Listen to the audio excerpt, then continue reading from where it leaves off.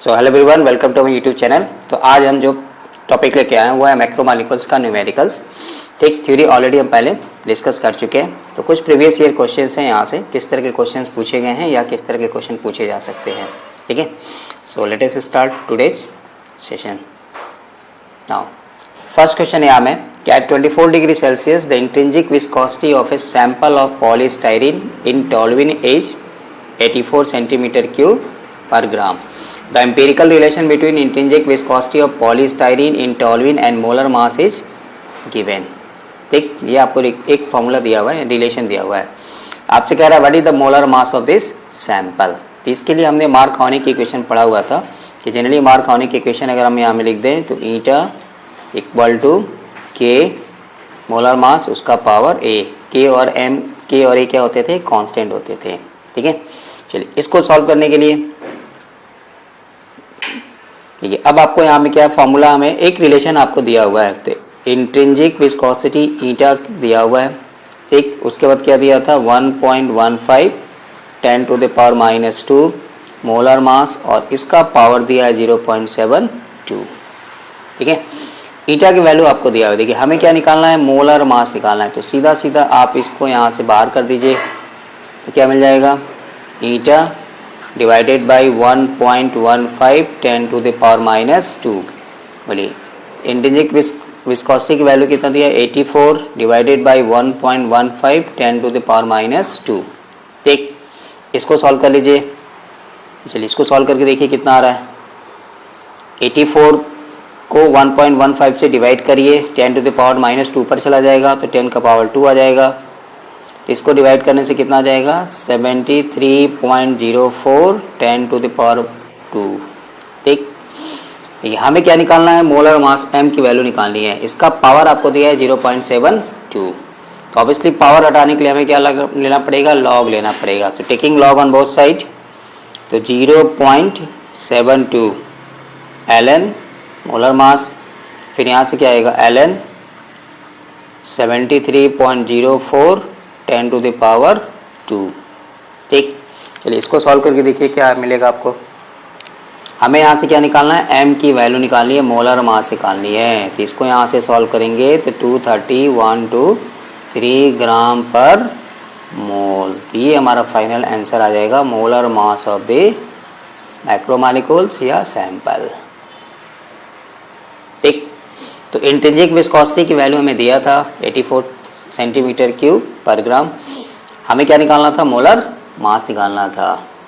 ठीक है, तो इस वैल्यू को आपने रख दिया, पहले यहाँ से डिवाइड कर लीजिए तो आपको मिल जाएगा कुछ। And then taking log on both side, दोनों साइड में लॉग ले लीजिए, लिख दीजिए। यहाँ से ये फाइनली सॉल्व करने पे आंसर हमको मिल जाएगा। ठीक है, क्लियर। चलिए तो इस क्वेश्चन को सॉल्व करके आंसर बता दीजिए। बोलिए यहाँ पे क्या दिया आपको, इंट्रिंसिक विस्कोसिटी दिया हुआ है पॉली आइसोब्यूटाइलिन का 180 सेंटीमीटर पर ग्राम सेंटीमीटर क्यूब पर ग्राम। रिलेशन आपको दिया हुआ है, मोलर मास आपसे पूछ रहा है। तो सेम काम वही करेंगे यहाँ भी। ठीक, तो m का पावर जैसे मैं यहाँ शॉर्ट में लिख देता हूँ, आपको हिंट्स कितना दिया आपको, 180 डिवाइडेड बाई बोलिए 3.60 इंटू 10 टू द पावर -2। इससे इसको डिवाइड करिए कितना आएगा, डिवाइड करिए कितना मिलेगा, 18 टू जा 36, तो 5 इंटू 10 टू द पावर 3। ठीक, now taking log on both side, तो 0.64 ln m equal to ln 5 into 10 to the power 3। Solve कर दीजिए तो यहाँ से आपको मिल जाएगा m की वैल्यू, ये आ जाएगा 6.0 into 10 to the power 5 gram per मोल। ये फाइनल हमारा आंसर आ जाएगा।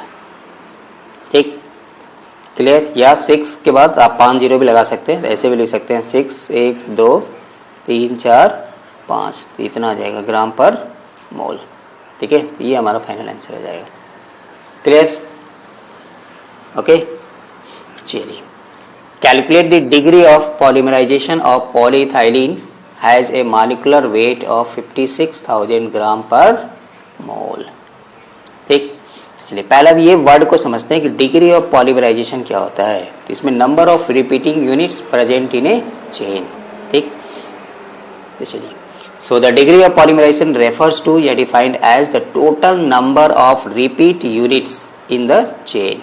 क्योंकि पता है ना पॉलीमराइजेशन क्या होता है, मोनोमरिक यूनिट्स का रिपीटेशन होता है। जैसे सपोज पॉली इथाइलिन, तो इस तरह से यहाँ में डबल एन, तो इसमें कितने एन मॉलिक्यूल्स यहाँ में आ रहे हैं उसी नंबर को रिप्रेजेंट करता है डिग्री ऑफ पॉलीमराइजेशन। जैसे हम इथाइलिन लेते हैं, जैसे CH2 डबल बॉन्ड CH2, इसके एन मॉलिक्यूल्स आपस में पॉलीमराइज करते हैं, पॉलीमराइजेशन हाई टेम्परेचर प्रेशर, तो क्या मिलता है हमको पॉली इथाइलिन। तो उसको हम जनरली ऐसे लिखते थे, ठीक है, क्योंकि एडिशन पॉलीमर था ये। अब इसमें कितने मॉलिक्यूल्स यहाँ में 100, 200, 300, 400 कितने मॉलिक्यूल्स आपस में पॉलीमराइज हुए हैं, उसी को हम बोलते हैं, उसी नंबर को बोलते हैं डिग्री ऑफ पॉलीमराइजेशन। ठीक है, चलिए, it is defined as DP मतलब degree of polymerization equal to Mn divided by M0, मतलब उसका नंबर पूरा पॉलीमर का मास कितना है, और 0 का मतलब मोनोमरिक यूनिट, या आप कहीं कहीं M1 भी लिखा जाता है M1। ठीक, मोनोमरिक रिपीटिंग यूनिट मतलब मोनोमर क्या है हमारा इथाइलिन। क्यों? क्योंकि पॉली वर्ड को हटा दीजिए, उसके बाद क्या आएगा इथाइलिन। तो इथाइलिन का फॉर्मूला क्या होता है C2H4, इसलिए मैंने यहाँ में लिख दिया 2 into atomic mass of carbon plus 4 into atomic mass of hydrogen, add कर दीजिए, ये आ जाएगा 28। ठीक, तो 28 मतलब एक मोनोमर जो है इसमें, इसका repeating unit that is monomer, उसमें क्या है इथाइलिन। इसका मोलर मास कितना आ गया 28 ग्राम पर मोल। टोटल आपको मास आपको यहाँ क्वेश्चन में दिया रहेगा 56,000। तो सीधा सीधा डिग्री ऑफ पॉलीमराइजेशन कितना हो गया, molar mass of polymer macromolecules दिया रहेगा डिवाइडेड बाय मोनोमरिक यूनिट मतलब 28, डिवाइड कर दीजिए, ये आपको मिल गया 2000, इसमें डिग्री ऑफ पॉलीमराइजेशन है। क्लियर? ठीक है, तो जो भी एक आपको पॉलीमर का नाम दिया रहेगा, पहले हमें उसका रिपीटिंग यूनिट्स मतलब मोनोमर को ढूंढना होगा। तो जनरली पॉली वर्ड हटा देंगे तो हमें उसका मोनोमर मिल जाएगा, उसका मास निकाल लेंगे, टोटल मास आपको दिया रहेगा उस पॉलीमर का, उस मैक्रोमॉलिक्यूल्स का, देन उन दोनों को डिवाइड कर दीजिए, आपको आंसर मिल जाएगा। ठीक है, क्लियर? चलिए नेक्स्ट क्वेश्चन यहाँ पे, calculate the degree of polymerisation of a sample of polyethylene which has a molecular weight of this. चलिए अभी जैसे पीछे लिखा लिख देंगे, शॉर्ट में यहाँ करें तो पॉलीइथाइलिन का कितना आ जाएगा बोलिए 28, ये ना, इसका मोनोमर हो गया C2H4। सेम क्वेश्चन जो एग्जाम्पल 3 का किया था, बस यहाँ में से वैल्यू बदल दिया। तो इसका डिग्री ऑफ पॉलीमराइजेशन निकालेंगे तो क्या करेंगे, इसका टोटल मास आपको दिया हुआ है डिवाइडेड बाय मोनोमरिक मास, सॉल्व कर दीजिए, जो आएगा वही आंसर हो जाएगा। ठीक, तो आप सॉल्व करके इसका आंसर आप हमें कमेंट में बता दीजिए क्या आएगा। ठीक है, ठीक, जैसे हमने एग्जाम्पल 3 में निकाला था सेम क्वेश्चन यहाँ भी है। ठीक, क्लियर आ जाएगा। चलिए, ए हाइड्रोक्सी एसिड, एक फॉर्मूला आपको यहाँ में दिया हुआ, is polymerised and it is found that the product has the number average molar mass of 20,000 gram per mole. What is the extent of reaction and what is the degree of polymerisation. ये last year RGU 2023 का question है। ठीक है, 5th semester वालों के लिए। अब हमें इसमें एक आपको नाम दिखाई दे रहा है हाइड्रोक्सी एसिड है, तो पहला काम करिए कि आप इसका मोलर मास निकाल दीजिए। इसका मोलर मास हम निकाल लें, ठीक, मतलब हाइड्रोजन ऑक्सीजन CH2 होल 5, तो CH2 कितनी बार है 5 टाइम्स है, फिर कार्बन है, ऑक्सीजन हाइड्रोजन है, तो इसका मोलर मास आप निकाल लीजिए, तो ये आपको मिल जाएगा। चलिए सॉल्व करके देखिए कितना आ रहा है। हाइड्रोजन ऑक्सीजन जितने भी हैं सबको ऐड उनके एटॉमिक मास से मल्टीप्लाई करिए और ऐड कर दीजिए, बोलिए कितना आएगा, कितना आया 132 ग्राम पर मोल। ठीक, क्लियर?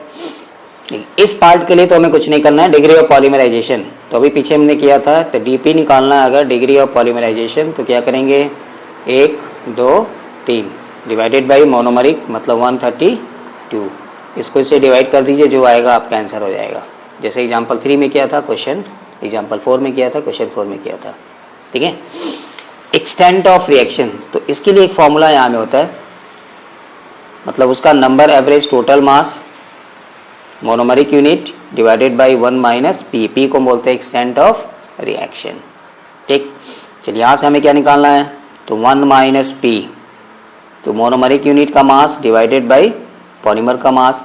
हमें पी निकालना है, तो पी को इधर ट्रांसफ़र करिए तो ये इधर आ जाएगा। तो पी किसके बराबर हो गया? 1 minus m1 by M N. ठीक, चलिए 1 माइनस मोनोमरिक यूनिट का मास कितना आया था? 132। टोटल पॉलीमर का मास कितना दिया आपको? 20,000। सॉल्व करिए, कितना आएगा? 132 को 20,000 से डिवाइड करिए, 2 से डिवाइड कर दीजिए, 5 56 एंड 1 2 3 4 -4 चला जाएगा। तो यहाँ से क्या मिलेगा? 0.0066। 1 में से इसको माइनस कर दीजिए, कितना आ जाएगा? 0.9934। तो ये हमारा हो गया एक्सटेंट ऑफ रिएक्शन, पी की वैल्यू। ठीक है, तो बस ये फॉर्मूला याद रखना है यहाँ में एक्सटेंट ऑफ रिएक्शन निकालने के लिए। तो उसका total mass number average molar मास दिया रहेगा। मोनोमरिक यूनिट का मास निकालना है, मतलब जो आपका उसमें मोनोमर है, रिपीटिंग यूनिट है, उसका मास निकाल लीजिए divided by 1 minus P. P is known as extent of reaction. ठीक, सेकेंड पार्ट के लिए क्या करना है? What is the degree of polymerization. तो एक तरीका आपको यहाँ से कर सकते हैं, दूसरा तरीका भी यहाँ पे होता है कि डिग्री ऑफ पॉलीमराइजेशन, इसको कहीं कहीं के एवरेज भी लिखते हैं।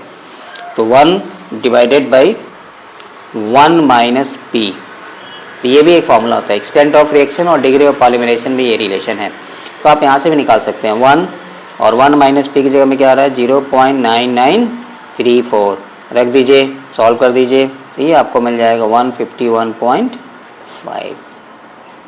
ठीक, तो एक तरीका ये भी है और एक सिंपल, दोनों में रिलेशन भी है। एक्सटेंट ऑफ रिएक्शन और डिग्री ऑफ पॉलीमराइजेशन में ये रिलेशन है, तो यहाँ से भी आप सॉल्व कर सकते हैं। ठीक है, तो इस तरह का जो भी क्वेश्चन आएगा आपको नंबर एवरेज मोलर मास दिया रहेगा, पॉलीमर का नाम दिया रहेगा, मतलब उसमें मोनोमरिक यूनिट क्या है वो दिया रहेगा, तब आपसे एक्सटेंट ऑफ रिएक्शन पूछ सकता है या डिग्री ऑफ पॉलीमराइजेशन। ठीक, क्लियर। चलिए नेक्स्ट क्वेश्चन यहाँ में, calculate RRMS and RG radius of gyration for a linear polymeric chain containing 250 monomeric units. Number आपको दिया रहेगा, each being 45 एंगस्ट्रॉम लॉन्ग। तो इसके लिए मैं 2 फॉर्मूला लिख देता हूँ, बाकी तो आप ऐसे ही सॉल्व कर लेंगे। तो RMS, इसका फॉर्मूला होता है n का पावर 1/2 इंटू लेंथ। ठीक, तो n नंबर आपको कितना दिया है वो हमें क्वेश्चन में दिया रहेगा, 250 का पावर 1/2 मतलब स्क्वायर रूट, और लेंथ कितना दिया है? 45। जनरली हम एंगस्ट्रॉम में दिया है तो एंगस्ट्रॉम में ही है। तो चलिए इसको सॉल्व करके देखिए क्या मिलेगा। 250 का आप स्क्वायर रूट ले लीजिए, जो आएगा उसमें 45 से मल्टीप्लाई कर दीजिए। ठीक, सॉल्व करके हमें आंसर बता दीजिए, इतना आना चाहिए। आपको मिला कि नहीं मिला बता दीजिए। ठीक, एंड सेकंड जो यहाँ में दिया है रेडियस ऑफ गायरेशन, इसका रिलेशन होता है 1/√6 RRMS। तो बहुत सारा ऑब्जेक्टिव क्वेश्चन यहाँ में CSIR नेट वगैरह में भी है, IIT JEM वगैरह में भी है। तो 7115 divided by square root of 6। चलिए सॉल्व करके देखिए कितना आ रहा है। वीडियो को पॉज करके सॉल्व करके देखिए और तब आप आंसर को मिला लीजिए। तो ये आना चाहिए 290.4 एंगस्ट्रॉम। ठीक है, तो बस ये फॉर्मूले का खेल है, फॉर्मूला आपको पता है तो वैल्यू रख के सॉल्व कर लेना है। ठीक है, तो नंबर मतलब मोनोमरिक यूनिट्स आपको दिया रहेगा, लेंथ आपको दिया रहेगा जनरली। अभी यहाँ एंगस्ट्रॉम दिया था तो हमें चेंज करने की ज़रूरत नहीं थी। कभी कभी यूनिट को कन्वर्जन भी आपसे पूछता है, तो जिस यूनिट में दिया है जनरली हम उसी यूनिट में निकाल देंगे। तो एंगस्ट्रॉम में दिया था तो एंगस्ट्रॉम में निकाला, अगर नैनो लिखा होता तो नैनो। ठीक, या यूनिट को आप कन्वर्ट कर सकते हैं एज पर क्वेश्चन। ठीक है, चलिए calculate RMS RG for a polymeric chain if the number of bonds is 4000 and the bond distance is 154 picometre. तो ये आपके लिए है सेल्फ असेसमेंट। बस फॉर्मूला मैं यहाँ लिख देता हूँ, अभी जो पीछे लिखा था, बाकी आपको पता है। नंबर आपको कितना दिया है 4000 रख दीजिए, इसका पावर 1/2 मतलब स्क्वायर रूट। लेंथ आपको कितना दिया है 154। अब यहाँ में आपको पिको मीटर दिया है। पिको का मतलब होता है 10⁻⁻12 मीटर। तो आप चाहें तो इसको एंगस्ट्रॉम में कन्वर्ट कर सकते हैं। ठीक, अब आप इसको सॉल्व करके देखिए, जो आएगा उसको आप कोशिश करिए कि हम एंगस्ट्रॉम में कन्वर्ट कर लें, ठीक है। देन एक बार RMS निकल जाएगा तो RG निकालने के लिए क्या फॉर्मूला था, 1/√6 RMS। इसको निकाल लीजिए, डिवाइडेड बाई √6, जो आएगा वही आपका आंसर हो जाएगा, ठीक है। तो हम जनरली इसको 10⁻⁻10 के हिसाब से कन्वर्ट करके एंगस्ट्रॉम में भी लिख सकते हैं या पिकोमीटर में भी लिख सकते हैं, ठीक है। आ जाएगा, तो आप इसको सॉल्व करके इसका आंसर हमें बता दीजिए कितना आएगा, ठीक। तो ये आज का छोटा सा वीडियो था पॉलीमेरिक मैक्रोमॉलिक्यूल्स का न्यूमेरिकल्स प्रीवियस ईयर क्वेश्चंस, जो किस तरह के क्वेश्चंस इसमें हमको पूछा गया है या किस तरह का क्वेश्चन पूछ सकता है, ठीक है। So thank you for watching, मिलते हैं नेक्स्ट वीडियो में नए टॉपिक के साथ। तब तक के लिए स्वस्थ रहिए, मस्त रहिए। All the best for your coming exam. Thank you.